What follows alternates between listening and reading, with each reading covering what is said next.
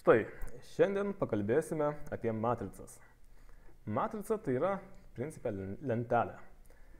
Tai yra sąrašas iš eilučių. Pavyzdžiui, čia yra mokinių pažymiai. Kiekvienoje eilutėje kažkurio mokinio pažymiai. 3 kontrolinių darbų. KD0, KD1, KD2. Taip, ir yra kiek čia mokinių? 1, 2, 3, 4, 5. Ir čia yra užduotis, kuri paruošta jau į programos kodą sudėta. Štai čia. Galite įsikopijuoti. Ctrl-A, Ctrl-C, Ctrl-A, Ctrl-V. Ir galima daryti. Taip, pati pradžia jau padaryta. Galim paleisti programą ir pažiūrėti, ką jin nuveikia. Jinai, va čia, matosi, atspausdina, padidinti galima gerai, atspausdina mūsų matricą pradinę su šita komanda. Show-P iškviečia šitą funkciją, kuri ima po vieną matricos eilutę ir ją atspausdina. Atkreipkite dėmesį, kad funkcijos parametras vadinasi M ir viduje funkcijos matricą vadina M, o iškviečiant mes ją vadinam taip, kaip turim. O turim štai tokią P raidė. Na, žodžio, pažymiai. Štai. Ir čia užduotis suskirsta į funkcijas, kad būtų lengviau paskui patikrinti. Kiekvieną funkciją galima nušokti iš karto ant jos. Na, aišku, eilės tvarka gal taip. Pirma pati užduotėlė bus be funkcijos. Reikia surasti matricos eilučių, tai yra mokinių skaičių. Ir taip pat stulpelių, tai yra kontrolinių darbų skaičių. Tai matricos eilučių skaičius yra iš tikrųjų matricos ilgis, nes vienas matricos elementas yra eilutė. Tai eilučių skaičius yra matricos ilgis, o angliškai ilgis yra length, len P. Štai turim matricos eilučių skaičių. O dabar kiek yra stulpelių, kiek yra kontrolinių darbų. Tai yra tiek, kiek vienoje eilutėje yra elementų. Taigi paimam bet kurios eilutės, kad ir pačios pirmos, taip parašiau, ilgi. Irgi bus len, bet bus P nulinis. Reiškia, kažkurios eilutės, tarkim pačios pirmosios, pradinės, ilgis. Valio. Dabar jos galėsim naudoti, jeigu reikės kažką ten tvarkyti. Pirmas A. Atspausdinti kiekvieną mokinio vidurkį. Sąrašo sumavimui galima naudoti funkciją sumą. Gerai. Tai ką, mes galim truputį pavogti peržengimo principą, kad imsime iš pažymių matricos po eilutę ir ją nespausdinsime, bet pradžiai sumuosime. Taip, vidurkis bus lygu. Sumuosime eilutę ir padalinsime iš kontrolinių darbų skaičiaus.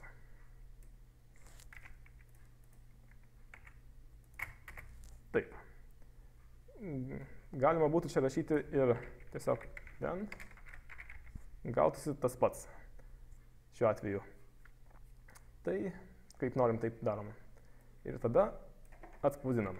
Print vidurkis. Ir paleidžiam ir pažiūrim.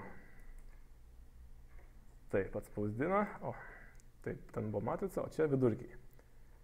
Ai, kaip čia, taip. Pagalvojam, ar tikrai taip gali būti. 10, 4 ir 10, 24 iš 3, tikrai 8. Tai tikėtina, kad gerai spausdina ir skaičiuoja. Ok. Dabar mums prašo sudaryti mokinių vidurkių sąrašą. Na, tai, kad mes juos atspausdinom, nėra blogai, bet pavyzdžiui, jeigu mums reikėtų surasti prasčiausią mokinį, tai tada patogu yra turėti duomenis sąraše. Tai čia yra paruošta funkcija mokinių vidurkiai, kuri tikisi gauti kažkokią matricą M ir tikisi suskaičiuoti į rezultatų sąrašą iš eilės kiekvieno mokinio vidurkius. Nu tai čia galima vėlgi pavogti, nes principas tas pats, reikia surasti vidurkius, tačiau juos reikės ne atspausdinti, bet sudėti į sąrašą. Ir čia jau bus ne P, bet viduj funkcijos mes vadinam M. Ir vidurkis, taip, kaip sudėti sąrašą, res.append vidurkis. Ir atspausdint bandys. Ir paskui tą sąrašą grąžins, mažą, kur jie gali prireikti. Na ir pabandom. Dabar, kad tai veiktų, reikia iškviesti šią funkciją. Kad iškviesti parašom vardą ir paduodam jai duomenis. Kažkokią matricą. Gal pažymių? Gerai. Nu ir žiūrim, ar veiks. Mokinių vidurkiai. Čia matau šitas daiktas. Aš spausdinu. Tai turbūt, kad gerai. Matau, kad sąraše viskas yra. Ir paskui grąžina tą sąrašą, galėtume jį prisiskirti, jeigu reikėtų. Vidurkiai kokie nors, arba V didžiąją pavadintume. Gal pravers. Taip. Kas toliau? Sukurti funkciją, kuri suranda kontrolinio darbo vidurkį. Kontrolinis darbas yra stulpelėje. Na, va čia galima pažiūrėti panašiai. Reiškia, pirmas čia, antras čia, trečias čia. Biški kebliau, nes negalėsim taip lengvai susumuoti. Nes sumuoti šitaip galima tik tais sąrašus. O stulpelio informacija yra išbarstyta per skirtingas eilutes. Tai reikės daryti ciklą. Taip. Kaip mes darom, iš eilės imsime vėl kiekvieną eilutę. Ką su ją darysim, dar nesugalvojau. Galim pradžiai atspausdinti. Print, eilutės, numeris, taip, skliausteliai. Atspausdinti tą stulpelio skaičius ir pažiūrim, ar gautųsi. Kada vidurkis, pažymiai ir kelintą. Pirmą stulpelio pažiūrim atspausdins. Taip. Pirmas stulpelis 90, 380. Tikrai toksai buvo?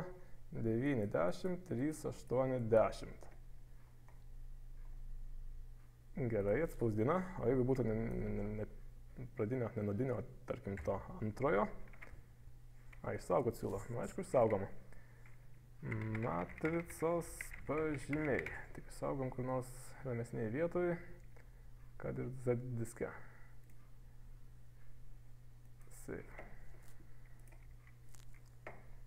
5, 10, 5, 70. 5, 10, 5, 70. Valio. Reiškia, mūsų funkcija jau teisingai paima tos skaičiukus, tik reikia jos dabar kažkaip suvidurkinti. Tai bandom kažkokį sumą kintamai pasidaryti. Tai kalio. Ir tada sumuoti. Suma plus lygu eilnr. Eilutės, tas tai numeris. Spausdinti nebereikia. Ir grąžinam suskaičiavę sumą padalinę iš matricos eilučių kiekio. Reiškia, iš mokinių kiekio, kad gautųsi kontrolinio darbo vidurkis. Ir dabar tą daiktą mes galim taip atspausdinti. Print. Tai, ką jūs čia grąžins, šičia jis gavęs atspausdins. Suskaičiuos, tarsi formulėje atsiranda šičia ta reikšmė ir ją turėtų atspausdinti. Nu, pabandom, galim dar prašyti, kada vidurkis. Taip, kad vidurkis 7,4 buvo. Tai gali tai būti. Gerai. Sudaryti kontrolinių darbų vidurkių sąrašą. Tai yra surasti kiekvieno kontrolinio vidurkį. Idėja čia dabar bus tokia kombinuota. Tai yra, mes naudosime principą sąrašo pildymo, kai buvo visų mokinių vidurkiams ieškoma. Ir vidurkis būdavo randamas šita formulę, o dabar kontrolinę vidurkį mes rasime, kaip sakant, va tokią formulę. Tai yra iškviesdami jau turimą funkciją. Nu, pabandom. Taip. Kada tarkime, eilinis vidurkis, dar neskubam, reikia žinot, kiek kartų mums reikia, kiek iš viso bus tų vidurkių. Jų bus tiek, kiek yra stulpelių. Tai for, kaip čia, kada in range, galim pasinaudoti iš tikrųjų suskaičiuotų anksčiau kontrolinių darbų skaičium. Ir taip. Jis sugeneruos seką nuo, tenais atitinkančią 0, 1, 2 kontrolinių darbų numerius. Ir tada galim iškviesti funkciją. Kada vidurkiai yra vidurkis, nedalintas. Paduodam jam matricą ir nurodom kelintas. Nu, kad būtų aišku, čia numeris. Taip. Iš tos matricos, kur gavom, skaičiuojam kelinto kontrolinio vidurkis ir jį galime vid pasirašyti. Ir kai jį gaunam, aišku, pridedam į rezultatų sąrašą. Vid. Taip. Nu ir paskui jis parašys, ką čia gauna. O mes to pažiūrėsime. Iškviečiam funkciją, kada vidurkiai. Duodam jam pažymių matricą, kurią jisai viduje vadina M, o mes išorėje, tai yra pagrindiniai programai vadinam P. Ir paleidžiam. Kada vidurkiai yra 8, 8, 2, 7, 4. Tai va, tas paskutinis sutampa su šituoju. Čia galim pasakyti, kad čia buvo antrasis. Netgi taip. Nu va, kad viskas būtų aišku. Taip. Jeigu čia būtume parašę kur nors M, programa pasimestų, nes M kintamojo pagrindiniai programai mes neturime. M gyvena tik funkcijų viduj. Tai yra tokiu vardu vadinama paduota matrica. Pas mus yra P. Taip.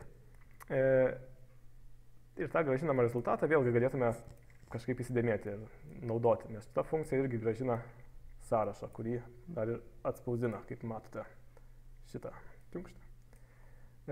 Kaip vyksta tas veiksmas? Galim truputį pažaisti pažingsniui. Atėjus iš šitos vietos, dabar kvies funkcija kada vidurkiai. Ir tai veiksmas step into subroutine. Reiškia, įeis į vidų šitos funkcijos.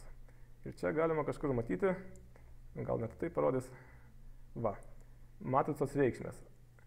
Ir matosi, kad yra tenais paduota ta matrica. Rezultatas kol kas dar nieko nežino apie save. Žengiam vieną žingsnį. Rezultatas tuščias, velai jų tušti skliaustai. Ir dabar ciklas vyksta ir tame cikle iškviečiama, taip padarom, iškviečiama funkcija kada vidurkis. Ir jinai dabar peršoks iš čia, ta funkcija atkeliauja pas ją į vidų ir toliau čia skaičiuoja. Suskaičiuoja, susumuoja, galim pažiūrėti, kad čia suma tikrai didėja, 22, va, 30 ir gražino reikšmę kada vid. Gavo 8, reiškia vidurkis pradinio kontrolinio buvo nulinio kontrolinio, vidurkis 8. Ir jį prideda į rezultatų sąrašą. Valio, rezultatų sąrašas dabar jau turi reikšmę 8. Ir taip toliau žaidžiam. Galima pasidaryti čia sustojimo tašką ir tada spausti šitą resume ir jis visada atbėgs iki sustojimo taško. Ir rezultatų pridės naują reikšmę ir tada turėsim 8 ir 8,2. Ir dar kartą paleidžiam ir dar paskutinę reikšmę pridedam. Ciklas baigėsi, atspausdina, va, ir grąžina rezultatą pilną gražų. ir tada jau keliauja toliau.